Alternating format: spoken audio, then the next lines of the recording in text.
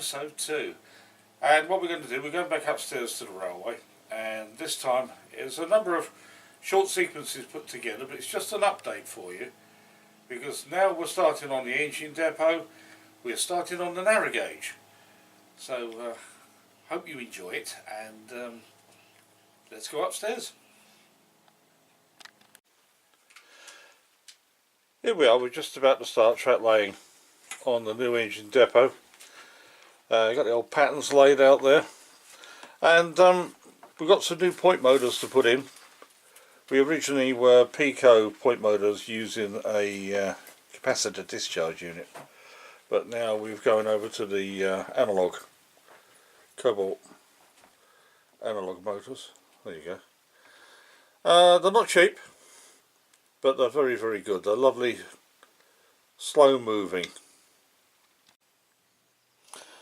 This is one of the motors, cobalt analog motors. You get them for analog operation, which is what we're going to do with a centre off switch on the panel, or you can get them for DCC operation. But very good. That's what operates the point, and this little plate here moves up and down. See, that will slide up or down, and that's got a series of holes in it. The lower that is, the greater the throw of the rod for your points. So when you fit these with Pico motors, the big problem is, of course, what we've done, where we've been using old-fashioned Pico motors, you've got to cut a dirty great hole in the board for the motor and the switch. You have to fit a little wooden plate underneath, because these just require a very small slot. They've got a sticky pad on the bottom, so you put them up, you line them up, you stick them on, and then screw them on. It's a great system, and unlike the Pico motors, which require a complete forest of wires, these literally take 3 wires that just push into these little sprung loaded switches on the bottom. So yeah, very, very good. Here we see Moriarty of the railway world just going underneath to work on the plate for the new motors. Just soldering on the basic track wires. You've got your basic track power wires, one each side and one for the centre of the points. But of course you haven't got all those extra wires for switches, because the whole lot's built into the motor. It's a far better system, a lot quicker, a lot tidier. And when you come to the diagram on the panel, you just use a centre loaded switch. These are the pair of switches going in now for the points coming off the goods loop, and for the loco and for the crossover. And you can see that they are just centre loaded. And you put the switch over in the direction that you want the point blades to go, and we're gradually working our way across the panel as finances permit. Okay, the motors are underneath and the plates. The original point hole's still got to be covered up, and it's all got to be ballasted. But if my trusty assistant puts the point across now for the crossover to the main line,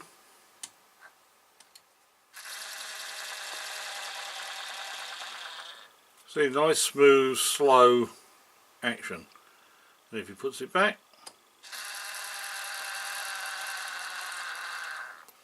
so much nicer than the old snap and bang of the old Pico motors. And of course that's both ends of the crossover working at the same time. Sometimes it's good to get away from the everyday world and just disappear up to your railway room. In point of fact, we're up here now banging on the door. There's some political party wanting to know if we're going to get our vote. I'll be lucky. Politics aside, we're up here doing a little bit of work. So Nigel's working on the wiring, and I'm sort of decided to sort out the narrow gauge. And down this end of the layout you can just see the basic goods, mainline goods in the background. But we're starting to put in the 009, which will run this part of the length of the layout. You see it running round, and there's the main station over there.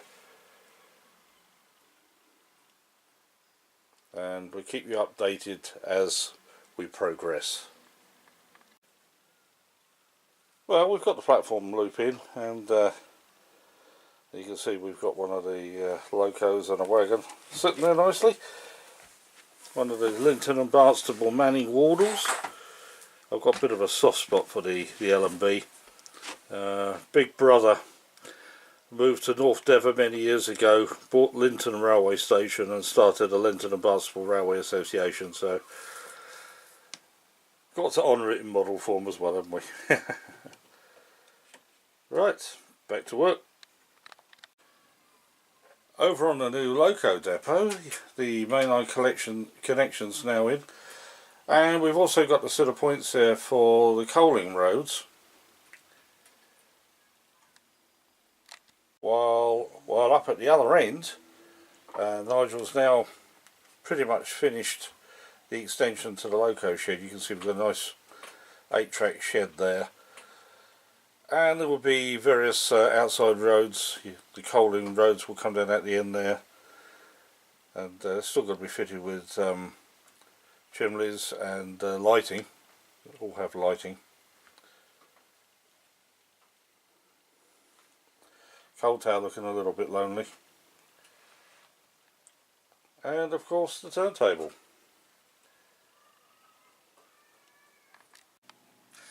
Hope you enjoyed that brief update, and as soon as we get some more done we'll be right back to you. Don't forget, next time be quite interesting.